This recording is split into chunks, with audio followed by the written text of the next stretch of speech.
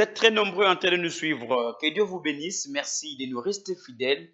L'Épître aux Hébreux, nous y restons encore pour poursuivre justement notre étude biblique et le frère Nazaire est déjà là avec nous. Que Dieu vous bénisse, frère Nazaire. Amen, qui vous bénisse aussi, mon frère Michel. Merci.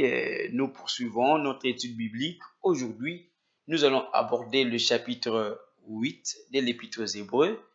Mais avant d'y parvenir, un petit rappel sur ce qui est dit au chapitre 7. Oui, merci beaucoup. J'en profite aussi pour saluer tous les téléspectateurs, tous les frères et sœurs qui sont désormais habitués à cette émission. Au chapitre 7, on a mis en évidence l'histoire de Melchisédek. Melchisédek, ce personnage un peu mythique quand même, mais finalement que l'on peut bien comprendre, puisqu'en fait, en tant que sacrificateur du Très-Haut, c'était le Dieu Très-Haut lui-même qui était venu vers Abraham dans un corps théophanique. Et il est venu, il a fait apporter du pain et du vin, symbole de la Sainte Seine, et Abraham lui a donné la dîme de tout. Mais la particularité de Melchisédek, c'est qu'il n'avait ni commencement de jour, ni fin de vie, sans généalogie, alors que lui qui venait et qui était à la fois roi et sacrificateur du Très-Haut et roi de Salem, il était le premier sur la terre, dans le royaume, dans ce que le Seigneur faisait sur la terre, à être à la fois roi et sacrificateur. Et comme le Seigneur avait promis une nouvelle alliance avec un nouveau souverain sacrificateur qui n'était pas issu de Lévi, mais qui était issu de Juda, tribu au sujet de laquelle Moïse n'avait rien dit à ce qui concerne le travail du sacerdoce. Jésus donc devait venir comme roi et sacrificateur, et il fallait maintenant un ordre auquel on devait l'aligner, un autre ordre qui ne devait pas être celui d'Aaron, puisque Aaron était de Lévi, il était souverain sacrificateur, mais il n'était pas roi. Il fallait trouver un référent, une référence de quelqu'un dans l'Ancien Testament qui était à la fois roi et sacrificateur, et les seuls qu'on a pu trouver, c'était Melchisédek. C'est comme ça que le Seigneur Jésus-Christ a été établi souverain sacrificateur suivant l'ordre de Melchisédek. Très bien établi, et en même temps, on a signifié que l'ordre d'Aaron n'a rien amené à la perfection. L'ordre d'Aaron n'a rien amené à la perfection, puisque nous nous étions dit ici, et nos téléspectateurs, nos frères et sœurs s'en souviendront aisément, on s'est dit que le problème de l'ancienne sacrificature, le problème de l'ordre d'Aaron, c'est que l'agneau ou l'animal du sacrifice était imparfait, avec un sang d'un rang inférieur à celui de l'homme, il ne pouvait pas ôter le péché de l'homme. L'adorateur lui-même, naturellement, il était imparfait. Les souverains sacrificateurs étaient imparfaits puisqu'ils devaient d'abord offrir du sang pour ses propres péchés avant d'offrir pour le péché du peuple. Et à part cela, si vous regardez plutôt cela, vous allez vous rendre compte que de la combinaison des imparfaits, l'adorateur ne pouvait pas obtenir la perfection. C'est comme ça que la perfection n'a pas été possible. Alors il fallait trouver un souverain sacrificateur parfait, un animal de sacrifice parfait pour que la perfection soit rendue possible. Et ce souverain sacrificateur parfait a été justement trouvé, le Seigneur Jésus qui ne devait pas présenter du sacrifice pour ses propres péchés puisqu'il n'en avait pas, il n'en a jamais eu. Il était parfait. Il était parfait, non seulement en tant que souverain sacrificateur, mais aussi en tant qu'agneau de sacrifice. Jean-Baptiste l'a présenté en disant, voici l'agneau de Dieu qui ôte le péché du monde. Donc, mon frère Michel, la perfection est rendue possible. Quiconque vient au Seigneur et croit en lui peut obtenir cette perfection. Il peut obtenir cette perfection parce que justement, le sacerdoce rendu par Aaron n'a pas aidé à atteindre cette perfection, surtout que la fin du chapitre 7, il évoque en effet la loi établit souverain sacrificateur des hommes sujets à la faiblesse, mais la parole du serment qui a été faite après la loi établit le Fils qui est parfait pour l'éternité. Alors, lorsqu'on entame le chapitre 8, qui cette fois-là ne commence pas par une locution conjonctive, mais l'idée rapporte justement à ce qui est dit précédemment, le point capital de ce qui vient d'être dit, donc le lien, c'est que nous avons un tel souverain sacrificateur qui s'est assis à la droite du trône de la majesté divine dans les cieux, comme ministre du sanctuaire et du véritable tabernacle qui a été dressé par le Seigneur et non par les hommes. Oui. J'apprécie le fait que vous ayez rappelé qu'il y a un lien. Oui. Alors, celui de qui nous parlons, Christ, il s'est assis à la droite du trône de la majesté divine dans les cieux, oui, comme ministre du sanctuaire et du véritable tabernacle qui a été dressé par le Seigneur et non par un homme. Tous les souverains sacrificateurs ont travaillé sur la terre dans des tabernacles dressés par les hommes. Mais ici, Christ, lui, n'a pas fait sa sacrificature sur la terre.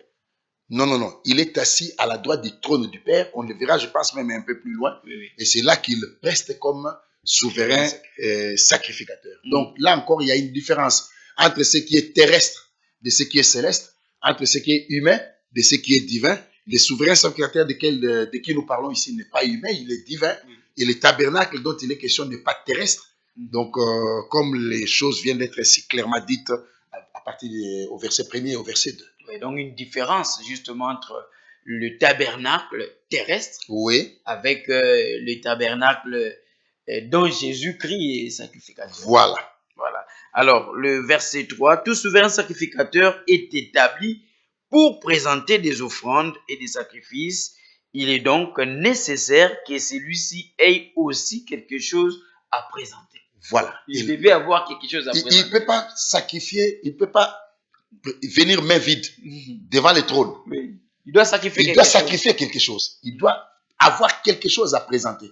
D'autant plus que le travail des souverains sacrificateurs, le Seigneur, quand il attendait les souverains sacrificateurs dans les tabernacles, il ne l'attendait pas lui. Il l'attendait avec quelque chose. Donc il ne pouvait pas venir les mains vides. Puisqu'il venait prester, il doit avoir quelque chose à présenter. Lui, Christ, quand il est dit celui-ci, donc Christ, il était nécessaire que lui aussi ait quelque chose à présenter. Oui. Ainsi, s'il était sur la terre, il ne serait même pas sacrificateur. Il n'en réunissait pas les conditions. Oui. Sur la terre. Sur la terre. Il n'en réunissait pas les conditions. S'il était sur la terre, il ne serait même pas sacrificateur, puisque là sont ceux qui présentent les offrandes selon la loi. Et la loi dit quoi? La loi disait que pour présenter les offrandes, il faut être fils de Lévi. Il faut être de la lignée. Il faut être de la lignée. Donc, il ne réunissait pas les conditions pour être souverain sacrificateur sur la terre au regard de ce qu'exigeait la loi. Oui. C'est comme ça que vous verrez qu'il est dit que eux qui travaillent là, ils célèbrent un culte, image et ombre des choses célestes. Je voudrais m'arrêter un peu là, mon frère Michel. En fait, tout ce qui s'est passé ne venait pas du néant. Ça représentait des choses célestes. Et Moïse a vu, on lui a montré, et on lui a dit, prends soin de faire les choses suivant le modèle que tu as vu. Donc, toutes ces choses qui étaient sur la terre, il célébrait un culte, image et ombre des choses célestes, comme Moïse en fut divinement averti lorsqu'il allait construire les tabernacles.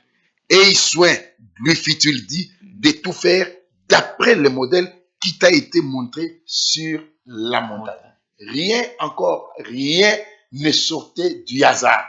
Tout avait comme base le modèle céleste. Une coordination, c'est comme pour dire que Dieu s'était bien préparé les choses et ce qui s'est passé dans justement les sacerdoces d'Aaron était un type représentait ce qui devait venir après. C'était en fait l'ombre des choses à venir. L'ombre. Oui. C'est ça. Puisqu'il y a un véritable sacerdoce qui devait être exercé. Et l'ombre, c'était la sacrificature plutôt d'Aaron. Le sacerdoce qui s'est déroulé dans l'Ancien Testament. C'est sacerdoce qui n'a rien amené à la perfection. Voilà. Et lorsqu'on arrive au verset 6, Christ est donc présenté comme étant le médiateur d'une nouvelle alliance qui est beaucoup plus excellente. Oui. Alors, mon frère Michel, c'est très intéressant ici. D'abord, en parlant d'alliance, il faut qu'il y ait deux parties. Oui. Une alliance implique deux parties. Donc, il y a Christ ou le Seigneur Dieu, que dis-je, il y a le Seigneur Dieu, ainsi que l'adorateur ou le croyant. Maintenant, le médiateur entre les deux, c'est Christ. Christ est venu comme médiateur et même aussi comme intercesseur pour réconcilier l'homme avec son Dieu. Souvenez-vous que nous avions eu dans le cadre de cette émission, une fois j'ai eu encore le privilège d'être invité et que nous avions parlé de la, comment on appelle ça? La circoncision. De la circoncision, oui, de la circoncision, mais qui avait la circoncision du cœur, oui. Et puis on a lié cela à la réconciliation qui a eu lieu entre Dieu et l'homme. Dieu a réconcilié l'homme. Voilà. Avec lui-même. Avec lui-même. Et pour cela, il lui fallait un médiateur. Et il s'est pourvu en un médiateur. Ce médiateur, c'est Christ. Donc, Christ est le pont entre l'homme et Dieu. Ça, c'est le premier élément. Le deuxième élément, mon frère Michel, c'est que on parle d'une nouvelle alliance. On parle d'une nouvelle alliance. Plus excellente. Plus excellente. Donc, c'est comparativement à la première. Et cette alliance est établie sur des meilleures promesses. Et vous verrez que dans cette alliance nouvelle, Dieu s'est mis lui-même en évidence et il a pris lui-même la responsabilité. En fait, il en est le garant. Lui-même, il est le garant de cette alliance pour une bonne exécution, pour un bon accomplissement de cette alliance-là. Il en est lui-même le garant. Puisque dans la première alliance, Dieu a mis l'homme en évidence. Peut-être qu'on le verra un peu plus loin. Mais l'homme a échoué. Il a lamentablement échoué. Toute la ligne. Sur toute la ligne. Et c'était encore beaucoup plus dur puisqu'il était dit que si quelqu'un échoue dans une loi, une seule, il échoue dans toute la loi, dans l'ensemble des commandements. Comme on l'a dit dernièrement, pas de 9 sur 10. Pas de 9 sur 10. À l'école, lorsqu'on fait 9 sur 10, on se sent un peu bien. On se dit, écoutez, je suis presque... mais 9 sur 10 est un échec devant le Seigneur. Devant le Seigneur au regard de la loi. Au regard de la loi. Au regard de la loi. Alors, lorsqu'on prend le verset 7, en effet, si la première alliance a été sans défaut, il n'aurait pas été question de la remplacer par une seconde. Cela a été même évoqué au chapitre 7. Ça a été évoqué au chapitre 7, c'est clair dans toutes les Écritures. Oui. En fait, c'est vraiment pas ce que Dieu voulait. Hein? C'est vraiment pas ce que Dieu voulait. Je pourrais anticiper et vous inviter au chapitre 10, le verset 5. Oui. Déjà un peu plus haut. En effet, la loi qui possède, c'est le verset premier, qui possède une ombre de biens à venir. Vous voyez ce qu'on se disait là? Oui. Et non l'exacte représentation des choses, ne peut jamais, par le même sacrifice qu'on offre perpétuellement chaque année, amener les assistants à la perfection. Autrement, n'aurait-on pas cessé de les offrir?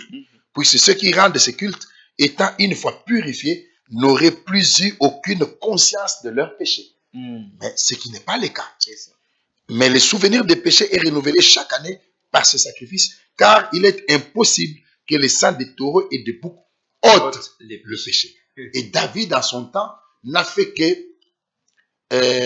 se réjouir, présenter le bonheur de celui dont les péchés sont couverts, puisque rien ne pouvait ôter le péché, d'autant plus que le sang des animaux qui était versé, qui était présenté, avait un rang inférieur par rapport à l'homme. L'homme est créé à l'image de Dieu. Oui. Aucun animal n'a jamais été créé à l'image de Dieu. L'homme est fils de Dieu, l'animal n'est pas fils de Dieu. Donc il fallait un sang d'un rang supérieur à l'homme. Et ce sang-là, c'est celui de Dieu lui-même.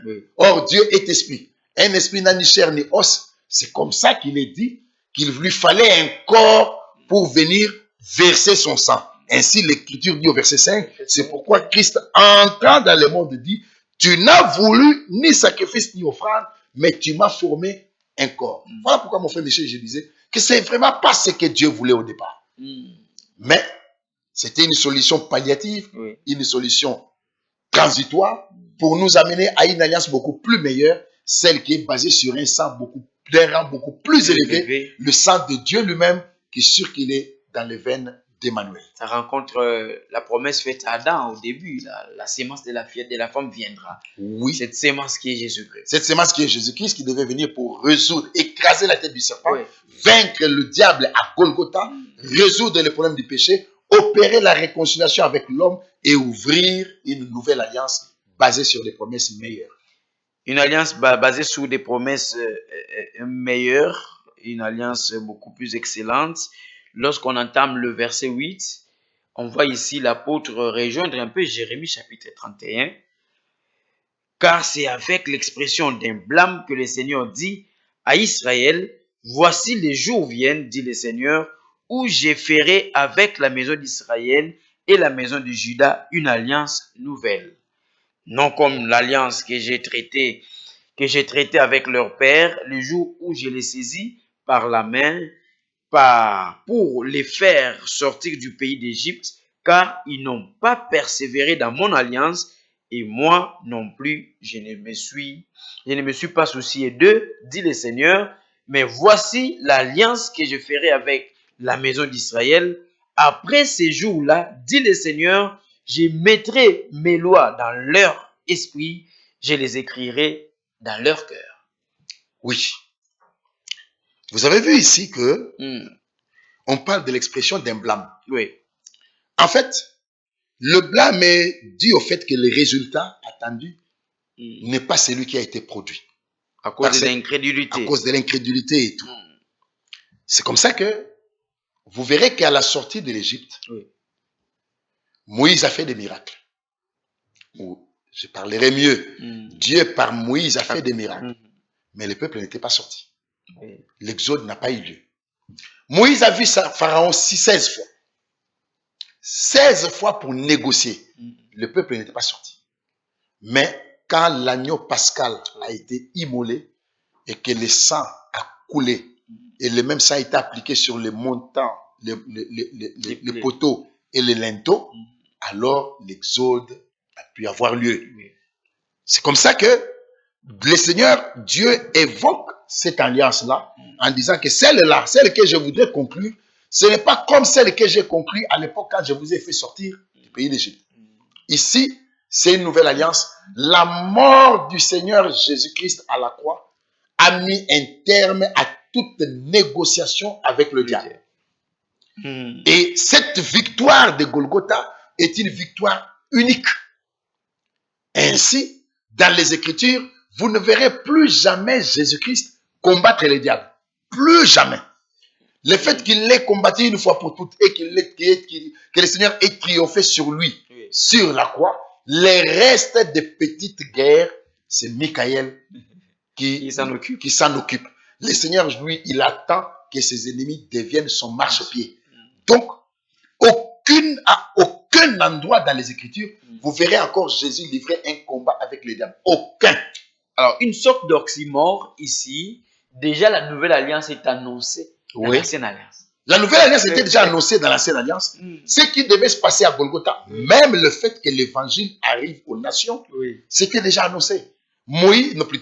Israël semblait être surpris sur un certain nombre de choses, alors que les prophètes en ont déjà parlé. Leurs prophètes à eux, ils ont déjà parlé de tout ça. Et ce qui se devait se passer à Golgotha n'est pas venu, n'est pas sorti du néant. C'était même déjà annoncé. Le montant que Judas devait percevoir, les 30 cycles, ont déjà été annoncés. Le champ du potier et où il a jeté cet argent-là a été annoncé. Le tombeau parmi les riches, le tombeau donc qui a été offert au Seigneur Jésus, a déjà été annoncé. Jusqu'à ce que même à la croix, quand on lui a donné du vinaigre à la place de l'eau, c'était prévu. Et c'est comme ça qu'il a crié, tout est accompli.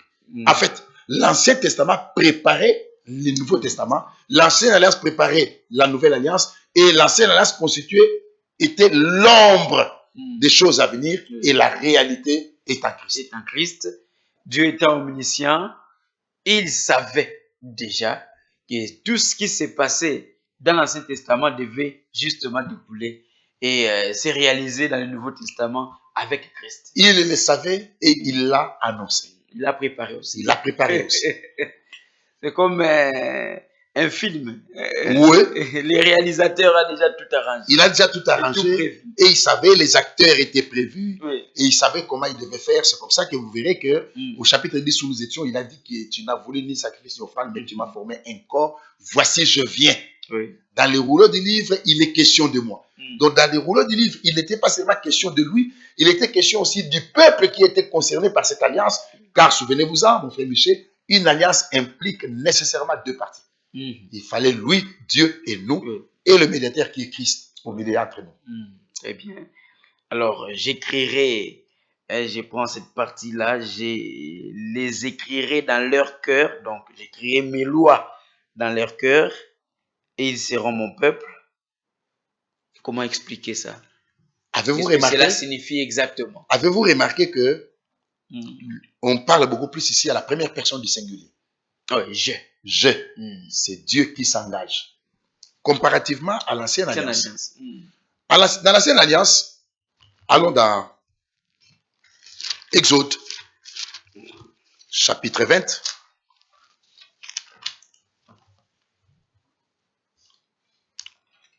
Exode, chapitre 20. Verset 1er. Alors Dieu prononça toutes ces paroles en disant, je suis l'Éternel ton Dieu, qui t'ai fait sortir du pays d'Égypte, de la maison de servitude. Tu n'auras pas d'autre Dieu devant ma face. 4. Tu ne te feras point d'image taillée. 5. Tu ne te prosterneras pas devant elle.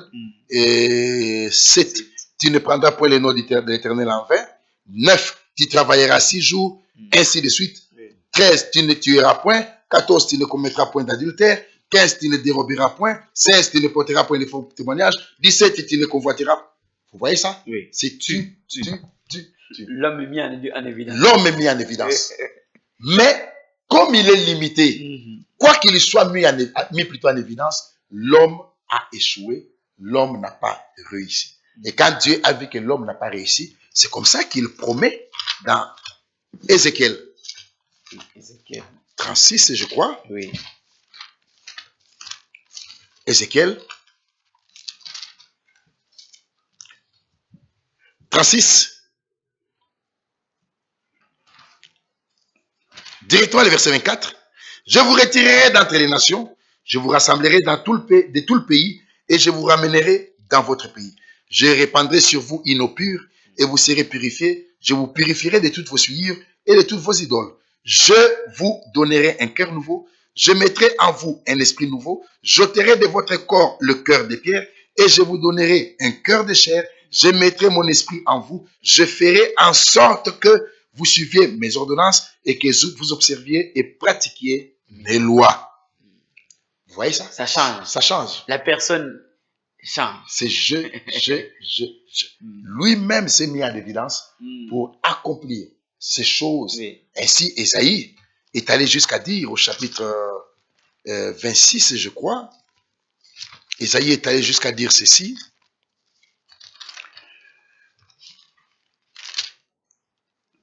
Verset 12. Seigneur, tu nous donnes la paix et tout ce que nous faisons, c'est toi qui l'accomplis pour nous. Donc, nous partons du régime de pierre au régime de chair.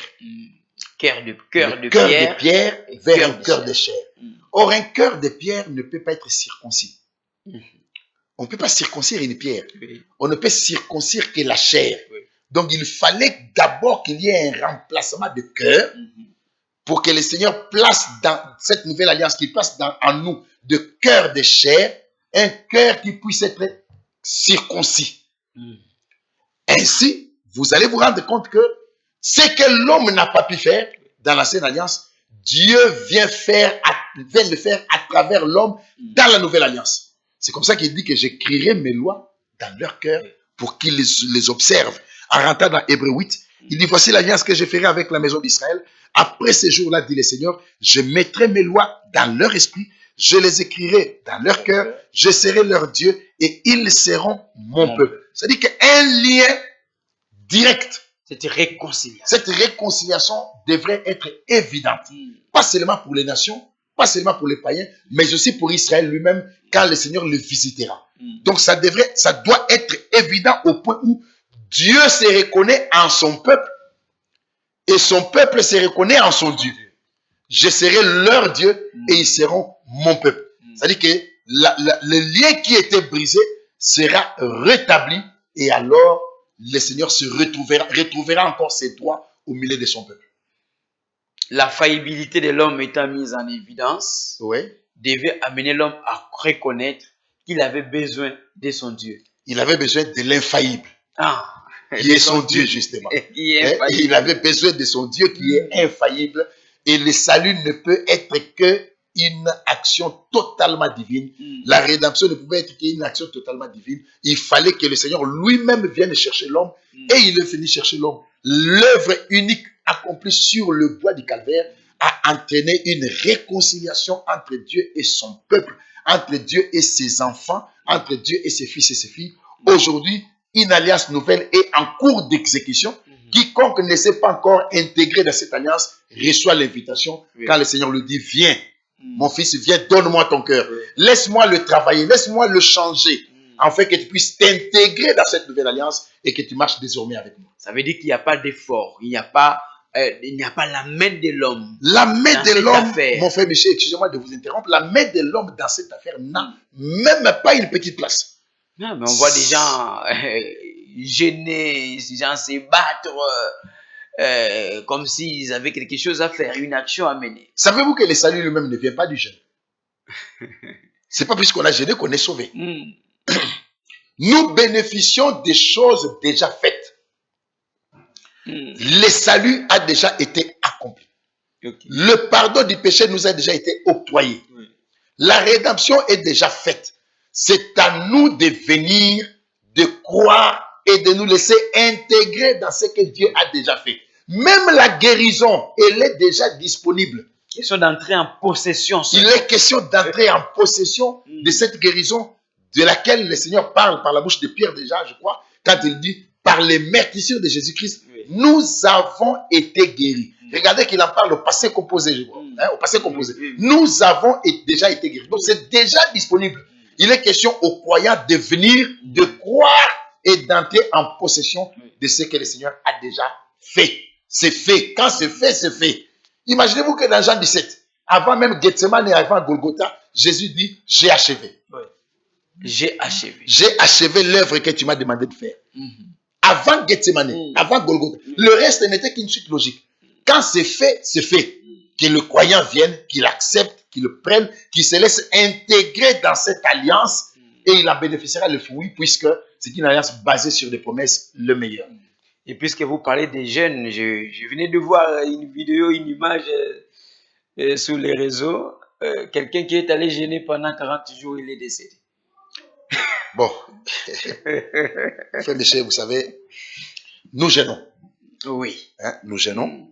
Les jeûnes est biblique. Oui. Jésus lui-même avait dit, quand on a posé la question, pourquoi tes disciples ne jeûnent pas? Il dit non, pendant que je suis là, et ils ne peuvent pas le faire. Quand je partirai, ils le feront. Aujourd'hui, nous jeûnons. Mais le jeûne doit être conduit par l'esprit et avoir une raison. D'abord conduit par l'esprit et avoir une raison. Dans les églises, on a même provoqué des jeûnes sans qu'il n'y ait une conduite de l'esprit et les gens se sont fatigués. Vous savez, un jeûne sans raison, un jeûne sans être conduit par l'esprit, c'est une grève de faim. Oui. Et tu vas mourir. Et vous faites souffrir inutilement. Vous faites souffrir inutilement. Dieu n'est pas dans la chose. Voilà. Même par rapport au nombre des jours. Imaginez-vous, enlevez le Seigneur, puisque nous ne sommes pas comme lui. Oui. Mais quand on a proclamé un jeûne à Ninive, quand on leur a demandé, on leur a donné 40 jours, le roi n'a même pas attendu un jour de plus. Directement, il a proclamé un jeûne, puisqu'il y avait une raison. Il y a une raison valable pour jeûner. Mais quand vous jeûnez par simple habitude et que vous jeûnez pour le plaisir de jeûner, vous allez mourir. Dans cette affaire, il n'y a pas d'effort humain. Non. Dieu seul accomplit tout. Voilà pourquoi les remplacements de tu par je. Les remplacements de tu par je, parce que tu as échoué. Et je est infaillible. Je n'échoue pas. Le Seigneur est le garant lui-même de sa parole, de cette alliance, et il veille à ce qu'il nous rende capables. Lui-même nous rend capables de vivre sa parole. Et alors là, si quelqu'un arrive à expérimenter le Seigneur, à ce niveau-là, il n'y a plus de sujet de se glorifier. Voilà. Moi, non. C'est Dieu en nous. Voilà pourquoi l'alliance est considérée comme étant une alliance plus excellente. Plus excellente, oui. Donc, l'homme ne travaille pas, mais c'est Dieu lui-même qui travaille. Voilà. Alors, personne n'enseignera plus son concitoyen ni personne son frère en disant « Connais le Seigneur », car tous me connaîtront depuis le plus petit jusqu'au plus grand d'entre eux. Comme j'avais évoqué ici, ce qui est dit dans Jérémie chapitre 31. Oui, tous devraient connaître le Seigneur. C'est une double application. Oui. Non seulement pour Israël d'abord, quand le Seigneur se révélera à eux, mais aussi aujourd'hui pour nous, le Seigneur en fait nous parle dans le cœur. Ce n'est pas par un effort d'explication du prédicateur que l'évangile est compris. Le Seigneur parle réellement à son peuple et son peuple arrive réellement à l'expérimenter.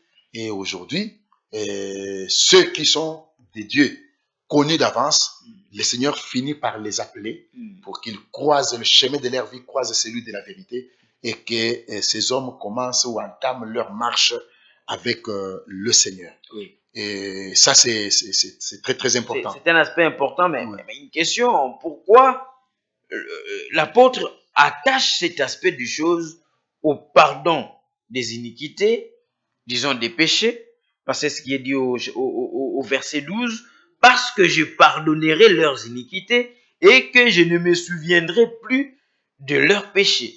Puisque tout ce que nous pouvons avoir comme avantage auprès du Seigneur, le préalable, c'est la réconciliation. Tout ce qu'on peut avoir. Le Seigneur ne peut pas t'enseigner, le Seigneur ne peut pas te baptiser du Saint-Esprit, le Seigneur ne peut pas te donner la vie éternelle. Si au départ, tu n'as pas bénéficié du pardon du péché. L'homme est né pécheur. Jean-Jacques Rousseau déclarait, l'homme est né bon. C'est la société qui le rend mauvais, mais c'est pas vrai. Ça, c'est humain. Ça, c'est humain. L'homme est né mauvais. L'homme arrive sur la terre pécheur. Mais c'est quand il rencontre Christ et qu'il bénéficie de la réconciliation, du résultat de l'œuvre accomplie à Golgotha, c'est là maintenant qu'il entame la marche. Alors, tout le reste est enseigné de Dieu, bénéficier des effets de l'alliance. Tout ça arrive après que tu sois intégré dans l'alliance. Pour être intégré dans l'alliance, il faut accepter Golgotha. Il faudra se repentir, bénéficier du pardon de péché, être pardonné, se faire baptiser dans l'eau au nom du Seigneur Jésus-Christ, mourir en toi-même, entamer la marche avec le Seigneur. Alors maintenant, le Seigneur peut t'enseigner, le Seigneur peut te bénir, le Seigneur peut puisque tu fais partie intégrante de la chose. Mais celui qui n'est jamais passé par là, il n'est pas dans la chose. Et s'il n'est pas dans la chose, il ne peut pas bénéficier du résultat de la chose. Donc ça veut dire que l'offre de la grâce ici, il est question que l'homme puisse seulement accepter de cesser de travailler et de laisser Dieu travailler à sa place. L'homme n'a même pas un autre choix que d'accepter de s'asseoir, de se reposer et de laisser Dieu agir. Tout ce qu'il a à faire comme travail, c'est de croire. Accepter. Et s'il croit sincèrement, cette foi-là se fera accompagner par l'obéissance. Puisque la foi et l'obéissance marchent ensemble. Et Dieu nous attend sur le terrain de l'obéissance. Mais comment obéir sans avoir cru? Même pour aimer le Seigneur, il faut que tu sois né de nouveau. Deutéronome chapitre 30. Ça ne vient pas de moi. Deutéronome chapitre 30. Deutéronome chapitre 30. Est-ce que c'est là?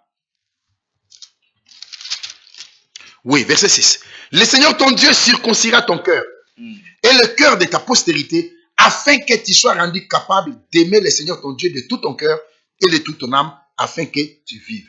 Donc, aimer le Seigneur. Quand quelqu'un dit j'aime le Seigneur, c'est une déclaration. Mais ne peut aimer le Seigneur véritablement de tout son cœur que quelqu'un dont le cœur a été circoncis. Le préalable. Le préalable. Or, la circoncision, déjà, dans la chair, un homme ne peut pas se faire circoncire. On doit te circoncire par quelqu'un d'autre. Dans la chair. Un infirmier, une infirmière ou n'importe qui peut te circoncire. Dans la circoncision du cœur aussi. L'homme ne peut pas se circoncire. Il faut d'abord qu'on puisse te circoncire ton cœur. Qui peut le faire? Il n'y a que le Seigneur Dieu lui-même qui peut circoncire le cœur. Donc déjà là, l'homme est écarté. C'est Dieu lui-même. C'est Dieu lui-même. Mais ce que l'homme a à faire, c'est dans Ésaïe, chapitre 1er, verset 18. Venez et plaidons, dit le Seigneur. Si vos péchés sont comme les cramoisis, ils deviendront blancs comme la neige. S'ils sont rouges comme la pourpre, ils deviendront comme la laine.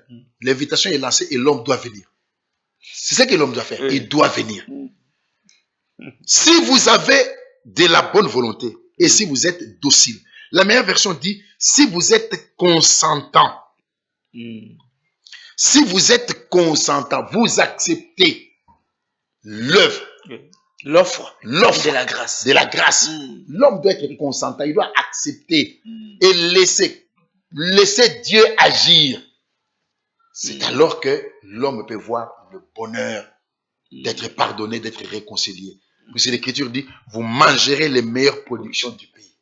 Vous jouirez des bénédictions du Seigneur si vous êtes consentant et que vous acceptez d'intégrer l'alliance, vous acceptez l'offre du salut qui a été faite à Golgotha. Vous acceptez, vous croyez en ce qu'il a fait et vous acceptez les résultats, vous bénéficiez du résultat de ce qu'il a fait. Voilà. Et vous pourrez alors dire comme le psalmiste, excusez-moi mon frère Michel, mon âme exalte le Seigneur, exalte-le mon âme, n'oublie aucun de ses bienfaits. C'est lui qui pardonne tes péchés. C'est lui qui expie tes iniquités. C'est lui qui te guérit de toutes tes maladies. Tout ce que mon âme a à faire, c'est d'exalter le Seigneur et de n'oublier aucun de ses bienfaits. Et après entrer en possession de toutes ces bénédictions-là. Oui. Alors, en disant une alliance, là nous sommes au verset 13, qui est le dernier verset d'ailleurs du chapitre 8, en disant une alliance nouvelle, il a déclaré ancienne la première. Or, ce qui est ancien, ce qui a vieilli, est prêt de disparaître. Il va de soi. Oui. Il va de soi. Le fait qu'il ait changé d'alliance, c'est qu'il n'était pas satisfait par la première alliance. Souvenez-vous de Hébreux chapitre 10. Tu n'as voulu ni sacrifice ni offrande. Et pourtant, il acceptait ça. Mais ce n'est pas vraiment ce qu'il voulait au départ. C'est pas vraiment ce qu'il voulait au départ. Et puisque c'est vieux, ça n'a pas produit les résultats que le Seigneur escomptait, il fallait donc remplacer cette alliance-là par une alliance nouvelle basée sur des promesses, de meilleures promesses. Une alliance beaucoup plus excellente. Dont il est le garant lui-même. Lui-même, il est garant. Frère Nazaire, en résumé, qu'est-ce que nos frères qui nous suivent peuvent retenir justement de l'Épître aux Hébreux au chapitre 8. Au chapitre 8, en résumé, chers frères et sœurs, vous aurez remarqué qu'après avoir parlé du sacerdoce avec Melchisédek, le Seigneur a fait une transition, un pont vers des alliances. Le chapitre 8 parle essentiellement de deux alliances. La première, basée sur le sang de boucs et de taureaux, une alliance qui n'a pas produit les résultats escomptés par le Seigneur, puisque le sang qui était versé était d'un rang inférieur par rapport à l'homme. C'est un sang qui ne pouvait donc pas ôter le péché de l'homme, alors que Dieu voulait, lui, un sang qui puisse ôter le péché de l'homme. C'est comme ça que quand il a introduit la nouvelle alliance, il a envoyé le précurseur Jean-Baptiste qui a pu déclarer, voici l'agneau de Dieu, pas qui couvre, mais qui ôte le péché du monde. Alors mon frère Michel, si autrefois David pouvait exprimer le bonheur de celui dont le péché était couvert, aujourd'hui nous pouvons exprimer le bonheur de celui dont le péché sont ôtés. L'alliance implique deux parties, c'est toi et Dieu, c'est moi et Dieu. Tout ce que le Seigneur attend est que nous puissions consentir, accepter, de prendre, de faire notre ce que lui a fait, accepter d'intégrer cette alliance-là, accepter de croire en ce qu'il a accompli à Golgotha et accepter la réconciliation, opérer, bénéficier de la nouvelle naissance, la circoncision du cœur, entamer une nouvelle marche avec lui, une marche qui nous mènera de la terre vers le ciel, du temps vers l'éternité. De la foi à la vie. Ça n'est fini, mesdames et messieurs, très chers frères et sœurs. Merci beaucoup de nous rester fidèles et merci à notre frère Nazaire pour tout cet éclairage. C'est moi qui vous remercie pour cet honneur que vous me faites toujours à m'inviter ici. Voilà. Nous n'avons pas d'effort à faire. Dieu nous demande de nous reposer et de le laisser lui travailler. D'ailleurs, il est question ici d'une œuvre déjà accomplie, déjà achevée. Parce que, vous l'avez compris, nous l'avons suivi, le frère Nazaire l'a évoqué, Jésus-Christ a vu l'œuvre achevée. Ça n'est fini, chers frères et sœurs. Merci de nous rester fidèles. Nous serons toujours là pour vous servir et passer des bons moments autour de la parole de Dieu. Que Dieu vous bénisse. Au revoir.